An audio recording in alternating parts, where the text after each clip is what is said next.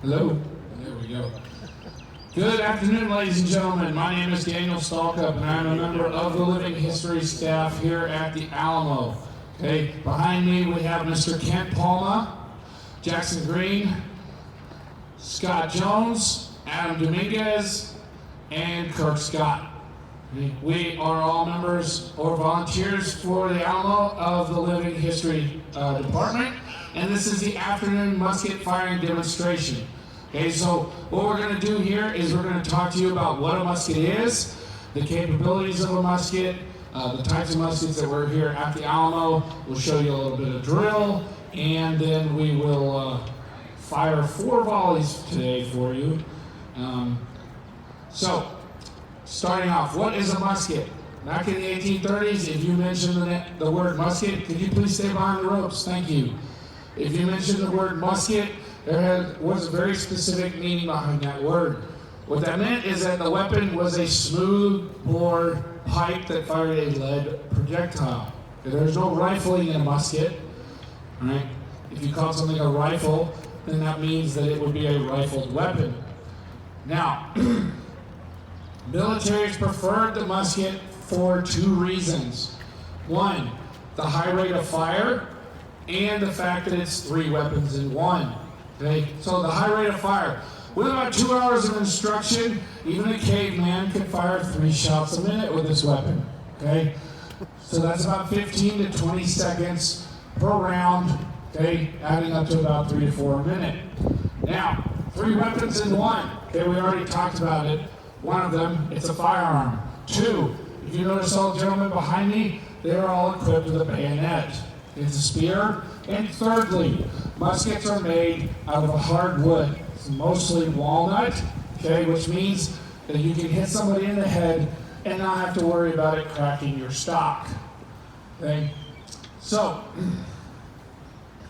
now the main types that we found here at the Alamo, the most common musket that you would find is the English-made Brown Becks. Okay? You would find those both on the Texan and the Mexican side as well. Now you're probably asking, what is a British musket doing in Texas in 1836? Well, the answer is quite simple. England is in debt after fighting Napoleon for years and years. They're willing to sell to anybody who is neither French nor American. Mexican government has only been established since 1821. They lack the infrastructure to produce their own arms and munitions. So, they broker a deal with the English and buy anywhere from 300,000 to 400,000 English Brown Becks muskets. Okay, the deal was, for a used one, you could get it for $3 a piece, and for a new one, it was about $12. When the Texans take the Alamo in December of 1835 after the siege of Behar, they inventoried 816 English muskets alone. Okay, there are plenty of those to go around. Now, there were American muskets here inside the Alamo. Those would have been brought by volunteer militias such as the New Orleans Grays. And one of those muskets would be the Springfield Model 1795, made in, you guessed it, Springfield, Massachusetts. Okay? Now, American muskets differ in size to the English musket, which the English musket is a 75 caliber weapon. The American musket is a 69 caliber weapon. And in fact, the 1795 is a carbon copy of a French 1777 Charleville musket. Okay? Now, those would be made till about 1815, when in 1816, the Harper's Ferry Arsenal begins producing this weapon, which has come to be known as the American Standard. All other American muskets after 1816 would follow this pattern. And this too is chambered in 69 caliber.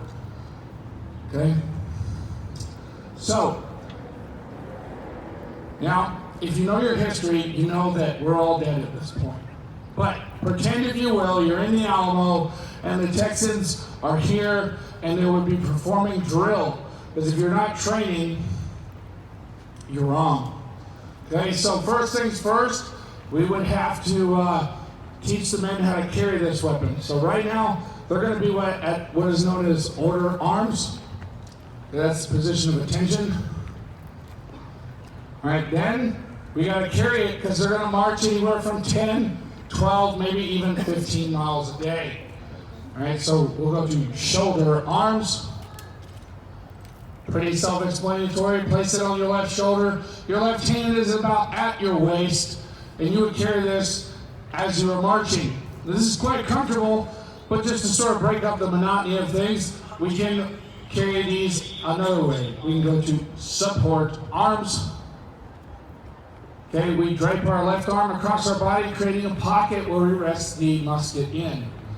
Okay, shoulder arms. Now, these weapons are black powder weapons, okay? So we need to keep them dry. Everybody's heard the expression, keep your powder dry. Okay, that is a real deal. If your powder gets wet, it turns into an oil, and then you gotta flush the barrel out and reload it. Okay? So if